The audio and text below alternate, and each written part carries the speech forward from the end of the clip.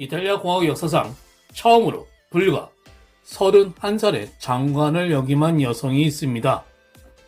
그로부터 10년 후 그녀는 이탈리아 공화국 최초의 여성 총리에 오릅니다. 더군다나 그녀는 싱글맘이었습니다. 안녕하세요. 시읒 이문학입니다. 취임식날 관례인 외국차가 아닌 이탈리아 국민들의 국민차인 피아트를 타고 나타난 이탈리아 공화국 최초의 여성 총리. 과연 그녀는 누구인지 함께 알아보겠습니다. 1977년 1월 15일 로마에서 태어난 그녀의 이름은 조르자 멜로니. 그녀의 아버지인 로마 출신 프란체스코 멜로니는 그녀가 한 살일 때 새로운 연인과 함께 스페인의 카나리아 제도로 떠나가 버립니다. 그러면서 그녀는 콜어머니인 시칠리아 출신인 안나 파라토네 밑에서 노동자 계층적인 까르바텔라 지역에서 어려운 환경 속에서 성장합니다. 일제히 정치활동에 참여한 그녀는 1992년 불과 15살에 MSI 이탈리아 사회운동 청년단체에 가입을 하였고 공교육 개혁에 반대하는 시위에 적극 참여합니다. 1996년 16살에 이미 그녀는 MSI 후신인 포스트 파시스트 국가연합 AN의 학생 행동의 최고 지도자에 올라갑니다. 18살인 1998년 조르자 멜로니는 로마 지방의원으로 선출되었으며 2004년 AN 청소년 단체인 뉴스 액션의 첫 여성 회장이 되었습니다. 이런 정치 활동을 하면서 그녀는 로마에서 가장 유명한 나이트클럽의 하나인 파이퍼 클럽에서 웨이트리스 바텐더로 일합니다. 2006년 MSI의 후신인 국민동맹 소속으로 라치오 1지역구 하원의원에 출마, 당선되었습니다. 그리고 그해 그녀는 언론인으로서 활동도 시작합니다. 2008년 31살의 나이에 베를루스코니 내각의 청소년부 장관으로 입각하여 이탈리아 통일 이후 최연소 장관을 기록합니다. 하지만 그녀는 티베트 탄압에 항의하는 행위로서 베이징 올림픽 개막식을 보이콧하도록 이탈리아 선수들에게 압력을 가했고 그녀를 장관으로 임명한 베를루스코니 총리와 프랑코 프라티니 외무장관에게 거센 비판을 받습니다. 훗날 베를루스코니와 등을 지게 된 계기가 되기도 합니다. 2012년 12월 조르자 멜로니 라쿠사 크루세토는 이탈리아 국가의 가사에서 따온 이름인 FDI, 이탈리아 형제라는 새로운 정당을 만듭니다.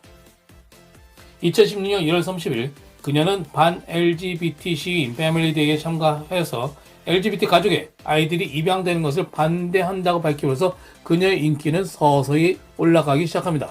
LGBT란 레즈비언, 게이, 양성애자, 트랜스젠더의 영문자 앞글자를 따서 부르는 단어입니다.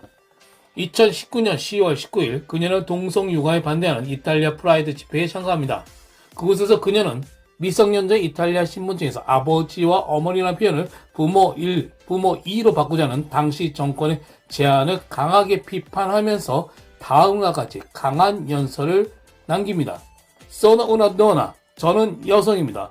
Sono una madre, 저는 어머니입니다. Sono italiana, 저는 이탈리아인입니다. Sono cristiana, 저는 크리스천입니다. 라고 합니다. 그녀의 강경한 목소리, 묘한 리듬감, 그리고 여기에 디스코 음악이 함께 들어가면서 조르자 멜로를 리미스라는 제목으로 영상이 유튜브에 올라옵니다.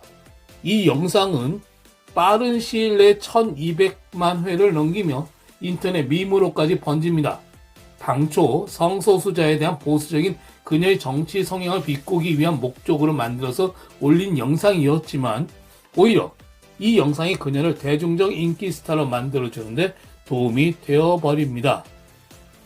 2022년 2월 플로리다에서 열린 CPAC에서 대량 이주, 난민, 국제금융, 그리고 EU를 겨냥한 브뤼셀 관료 행태 모두 잘못된 것이라면서 진보주의자들에게 맞서서 보수주의자들은 자신들의 견해를 옹호해야 된다고 강하게 그녀는 연설합니다.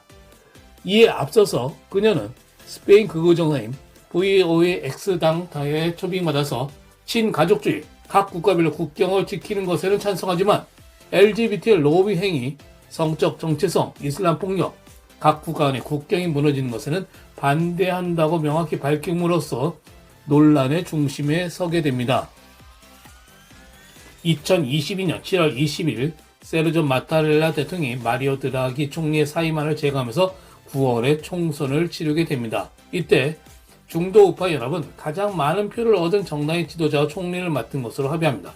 그러자 이탈리아 국내 언론을 비롯한 많은 해외 언론에서 파시스트 총리가 탄생할 수 있다는 우려가 커지자 8월 10일 조르자 멜로니는 외신 기자 간담회에서 내가 총리가 되더라도 민주주의에 위협이 되지 않을 것이라고 이야기합니다. 하지만 2022년 8월 22일에는 조르자 멜로니 선거 캠프에서 아프리카 이주민에 의한 성폭행 사건을 선거 캠페인으로 활용합니다.